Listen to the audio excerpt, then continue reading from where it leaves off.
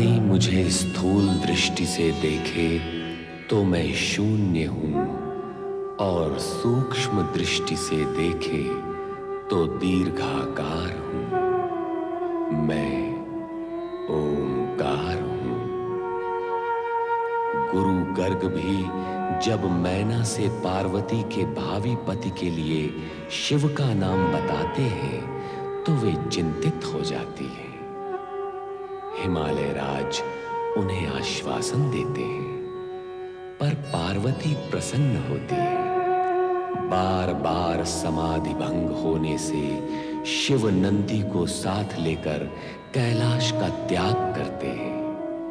सभी उन्हें खोजते रह जाते हैं। नंदी के पूछने पर हिमालय राज शिव जी के लिए हिमालय पर तपस्या व समाधि की सहर्ष अनुमति दे देते हैं। शिव की भांति ब्रह्मा भी ब्रह्मलोक त्याग कर वन में आ जाते हैं, पर नारद वहां भी पहुंच जाते हैं। हिमालय राज सपरिवार शिव दर्शन के लिए गंगावतरण शिखर पर जाने के लिए प्रस्थान करते हैं। हिमालय राज सपरिवार हिमगिरी शिखर पर भगवान शिव के दर्शन करते हैं। पार्वती जब भगवान शिव के समीप जाती है तो कैलाशपति की दिव्य दृष्टि पार्वती में देवी सती के रूप को देख लेती है। नहीं, सर्वथा नहीं, कदापि नहीं। इस समय हम मोह माया से सर्वथा विमुक्त हैं। तुम्हारे वियोग के पश्चात वैराग्य हमारे संपूर्ण अस्तित्व का एक भाग, एक अंग बन गया है। अब हम उस वैराग्य से दूर नहीं जाएंगे।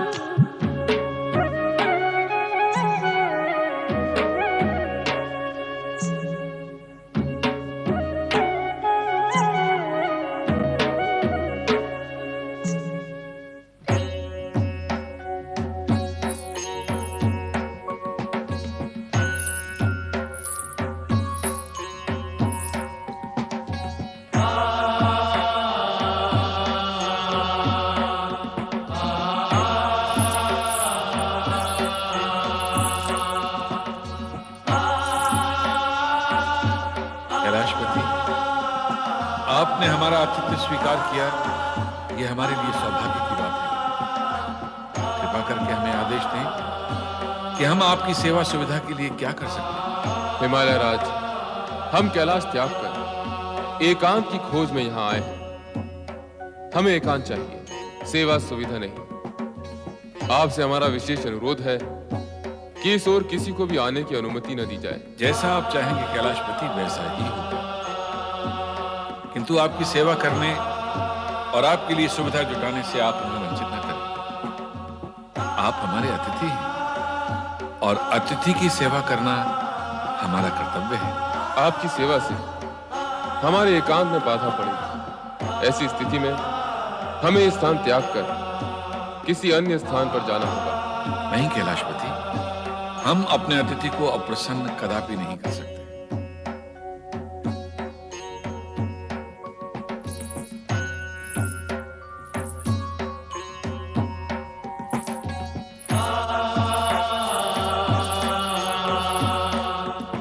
क्या मुझे यहाँ रहकर आपकी मौन आराधना का अवसर और आज्ञा प्राप्त होगी?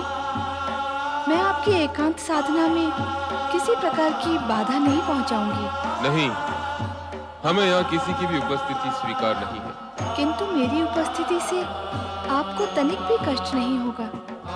सुने हिमालय राज, आज्ञा करें कैलाशपति। आप अपनी पुत्री को साथ ले जाना भूल गए। कृपया इन्हें भी साथ ले जाएं। आओ पुत्री पार्वती।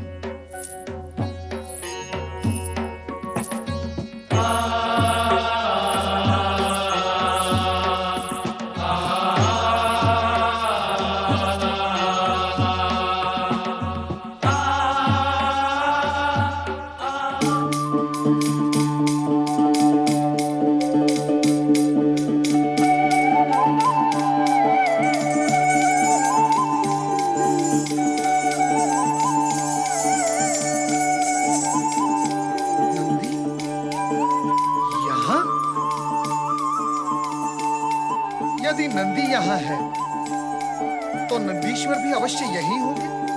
जहां चंदन होगा सुगंध भी वही होगी।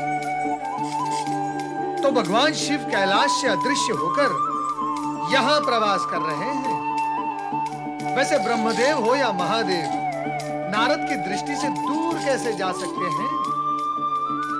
और नारायण तो मनवाणी से भी कभी दूर नहीं जाते।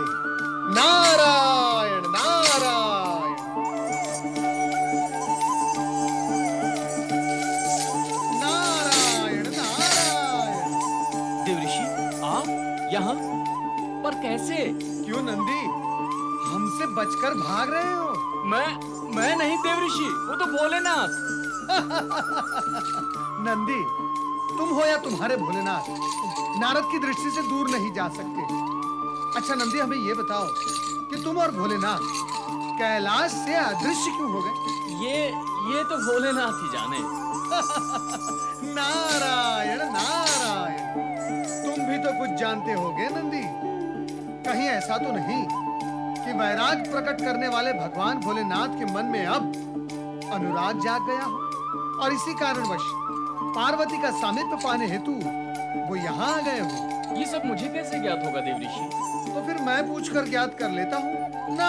अरे मुझ पर कृपा करें देवऋषि, आप उस ओर ना जाएं। भगवान भोलेनाथ समाधि में लीन है, वो किसी से मिलना नहीं चाहते। मुझसे भी नहीं? नारायण नारायण।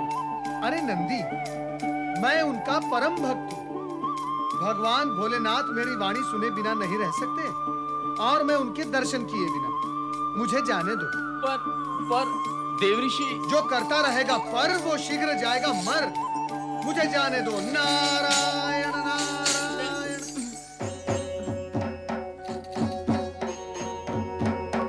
ओम नमो भगवते रुद्राय। ओम नमो भगवते रुद्राय। नारद, तुम यहाँ भी चले आए? क्या करूं भगवान, आपके दर्शन के बिना मुझे चैन कहां। भगवान, आप मुझे यह बताने की कृपा करें कि आप कैलाश त्याग कर यहां क्यों आ गए? हम एकांत खोजने यहाँ आए हैं और तुम हमारे एकांत में विघ्न न डालो।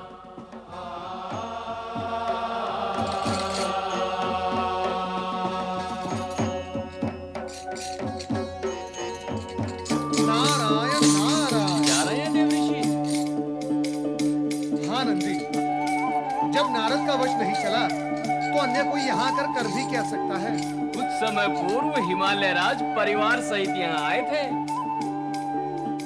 सहपरिवार?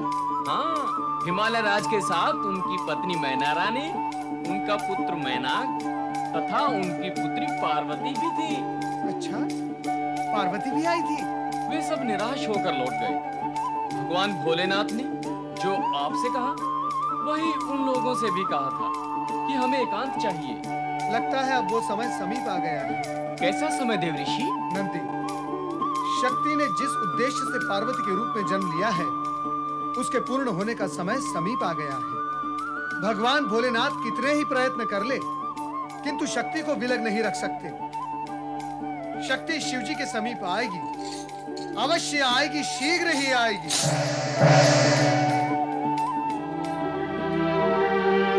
नहीं, हमें यहाँ किसी की उपस्थिति स्वीकार नहीं।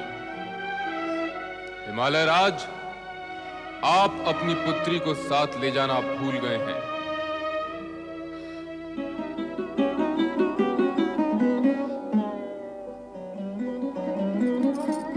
पार्वती, तुम वहाँ से उठकर यहाँ आ बैठी। जब तुम वहाँ से यहाँ आ सकती हो तो क्या हम वहाँ से यहाँ नहीं आ सकते? क्यों तंग कर रही हो? मुझे ये सब अच्छा नहीं लगता। क्या बोलती हो पार्वती तुम? हम तुम्हारी सखियां हैं, क्या हम तुम्हें तंग करेंगे? हमारी चेष्टा तो यही रहती है कि हम वही करें जो तुम्हें अच्छा लगता हो। अच्छा, अब बताओ क्या हुआ था जब तुम हिमगिरी शिखर पर गई थी? क्या बताऊं? भोलेनाथ किसी को भी अपने सम्मुख देखना नहीं चाहते। उन्हें एकांत चाहिए, एकांत। इतना समझ लो पार्वती कि देवर्षि नारद जी की भविष्यवाणी के अनुसार भगवान शिव तुम्हारे पति होंगे और तुम उनकी पत्नी। विधाता के इस लेख को कोई नहीं मिटा सकता। वे भले ही तुमसे दूर रहना चाहते हो, किंतु तुम कैसे उनसे दूर रह सकती हो? तुम्हें उनके समीप जाना ही चाहिए। उनके मन में अपने प्रति अनुराग उत्पन्न करने के लिए। गई तो थी, किंतु वे रुष्ट हो गए। तुम दोनों ने भी देखा था। हो सकता है तुम्हारे पुनः जाने पर वो पुनः तुमसे रुष्ट हो जाए। तो क्या मैं बार बार जाकर उन्हें रुष्ट करती रहूं? नहीं सखी, ऐसी बात नहीं है। सत्य तो ये है कि प्रिय को प्राप्त करने के लिए प्रिय के प्रत्येक वस्तु को प्रिय मानना पड़ता है। यहाँ तक कि प्रिय के क्रोध को भी प्रिय मानना पड़ता है। वे भले ही मुझसे रुष्ट हो जाएं, मुझे अपने से दूर करने की चेष्टा करें, किंतु मैं उनके रोष को भी प्रेम मानकर उनसे मिलने अवश्य जाऊंगी, अवश्य जाऊंगी। सती का दृढ़ निश्चय उसके मन में स्थित प्रेम का प्रतीक था। ये सत्य है कि आत्मविश्वास और दृढ़ निश्चय दुर्बल मन व विचारों पर विजयी होते हैं। स्थिति इससे विपरीत होने पर प्राणी की वैसी ही दयनीय दशा हो जाती है जैसे आकाश में भटकते देवगण की हुई।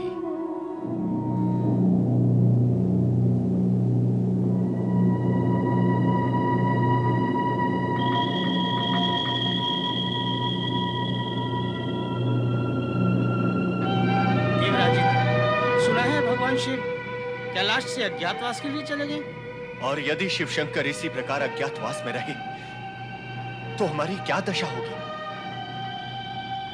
अब तो तारकासुर के अत्याचार सहन नहीं होते देवराज। ब्रह्मदेव के पास सहायता के लिए जाते हैं तो वे कहते हैं प्रतीक्षा करो, अभी समय नहीं आया। शिव जी के पास जाते हैं तो वे भी यही कहते हैं। स्थिति यह है कि तारकासुर को वरदान ब्रह्मा जी ने दिया है और उसका वध केवल शिवपुत्र द्वारा ही होगा। अब तो ब्रह्मा जी भी ब्रह्मलोक में नहीं है, वो भी कहीं अज्ञातवास में चले गए हैं। ब्रह्मदेव और शिव जी का इस प्रकार अज्ञातवास में जाने का क्या कारण हो सकता है? संभव था हमारे बार बार उनके पास सहायता के लिए जाने से वे तंग आकर चले गए हों। व्यर्थ की चिंता करने से क्या लाभ है वायुदेव? कुछ लाभ नहीं होगा।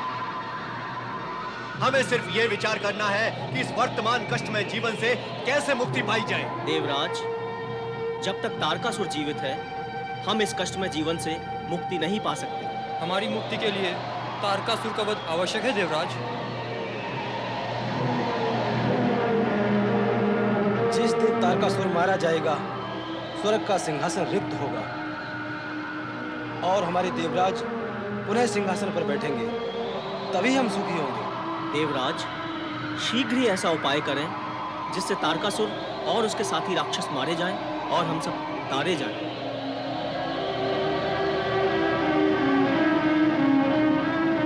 क्या उपाय किया जा सकता है सूर्यदेव?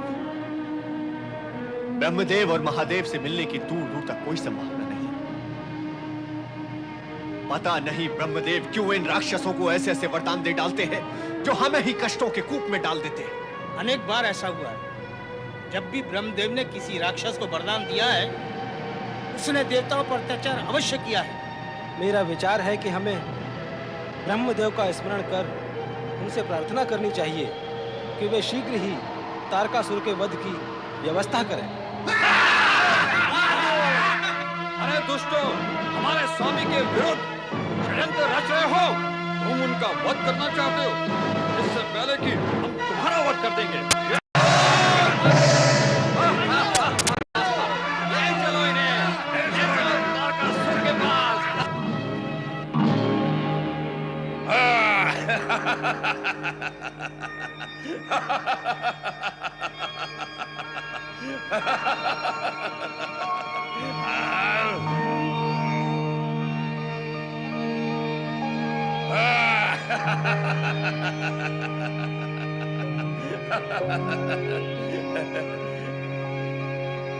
महाबली तारकासुर की, महाबली तारकासुर की। कौन है वो दुष्ट महाबली तारकासुर की जो हमारे रंग में भंग कर रहा है?